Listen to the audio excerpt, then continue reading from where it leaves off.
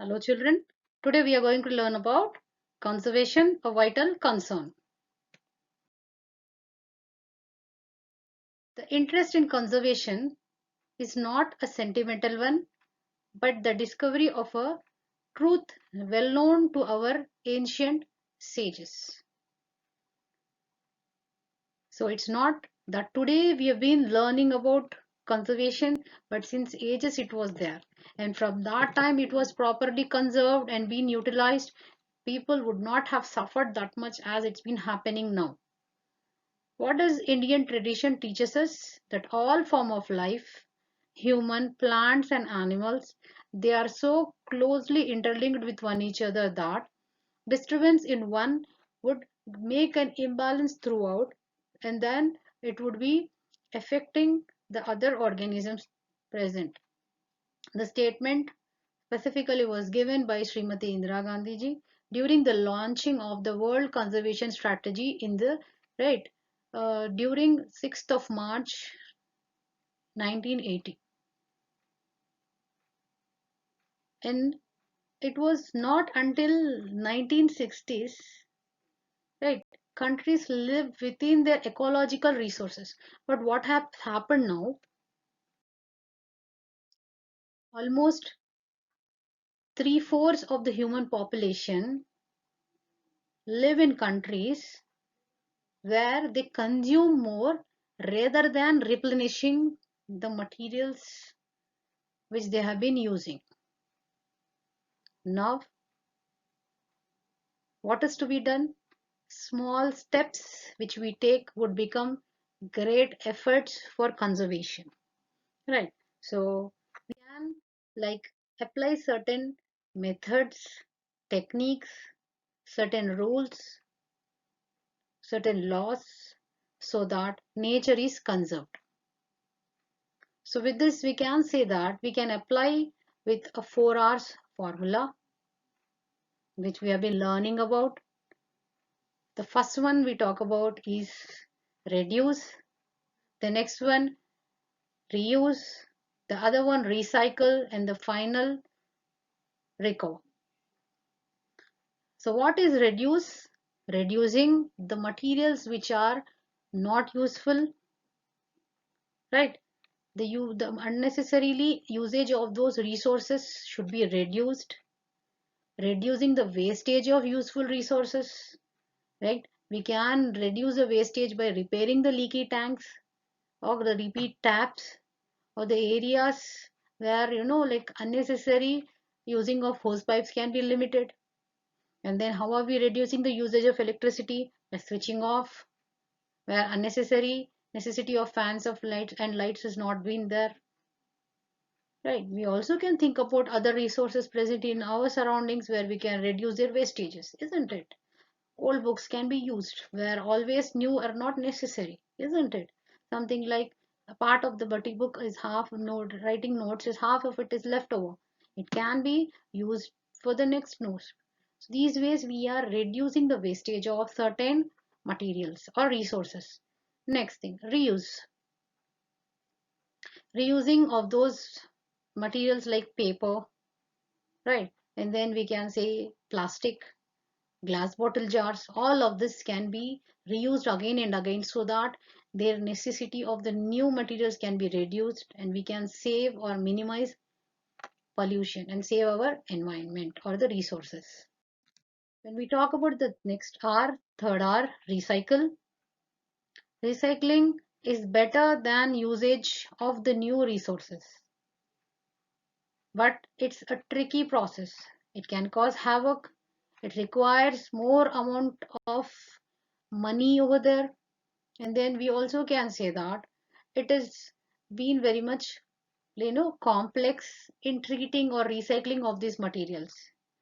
Something like recycling of plastic can be done, but it's again like usage or we are like utilizing some money to move on with such process. So better we go for reducing and reusing things instead of recycling. But if there is no other way, they go for recycling. In these ways, the raw materials can be reused again recycled into new forms. So new materials or the new resources from the nature can be reduced for the usage. And then the plastic need to be very much carefully being sorted out. What is the sorting out? We need to separate different types of plastics before we are discarding them. That should start from our home.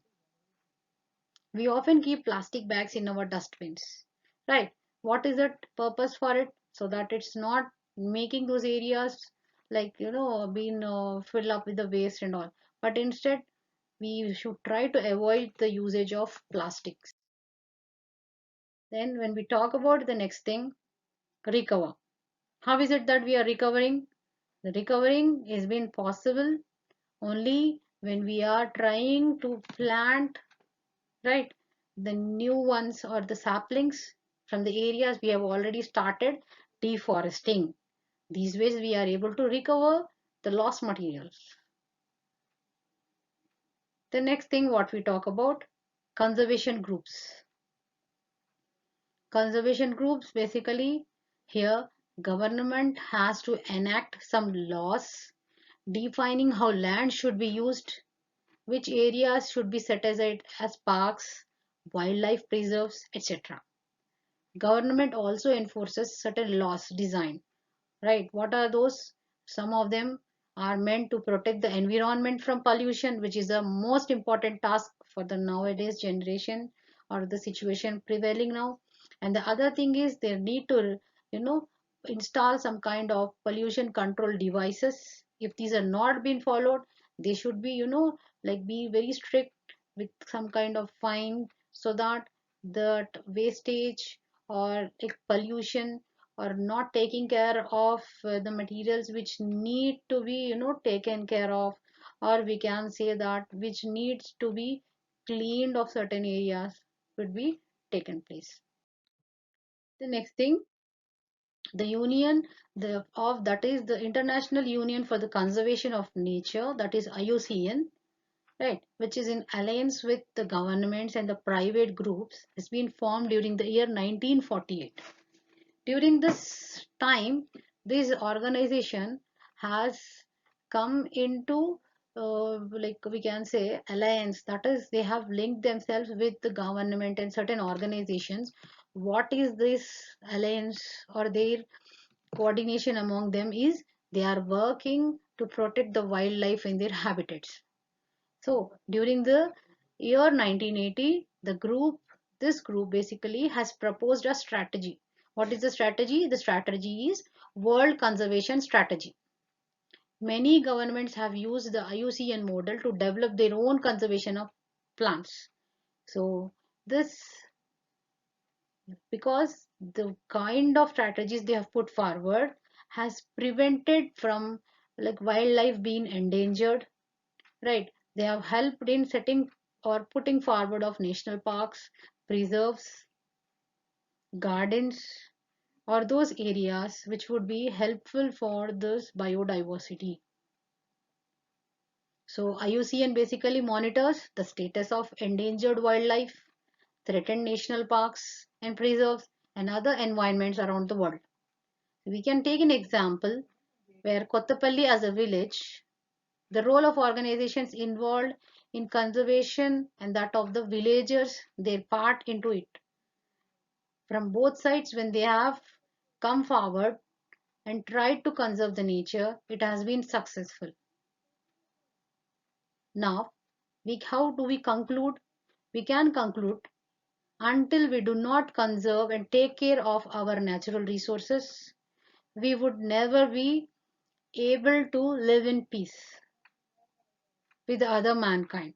There will always be a competition. So our main aim and goal should become to conserve and to take care of our natural resources. So by this we are concluding with this chapter, natural resources. Hope you have understood the topic. Thank you so much.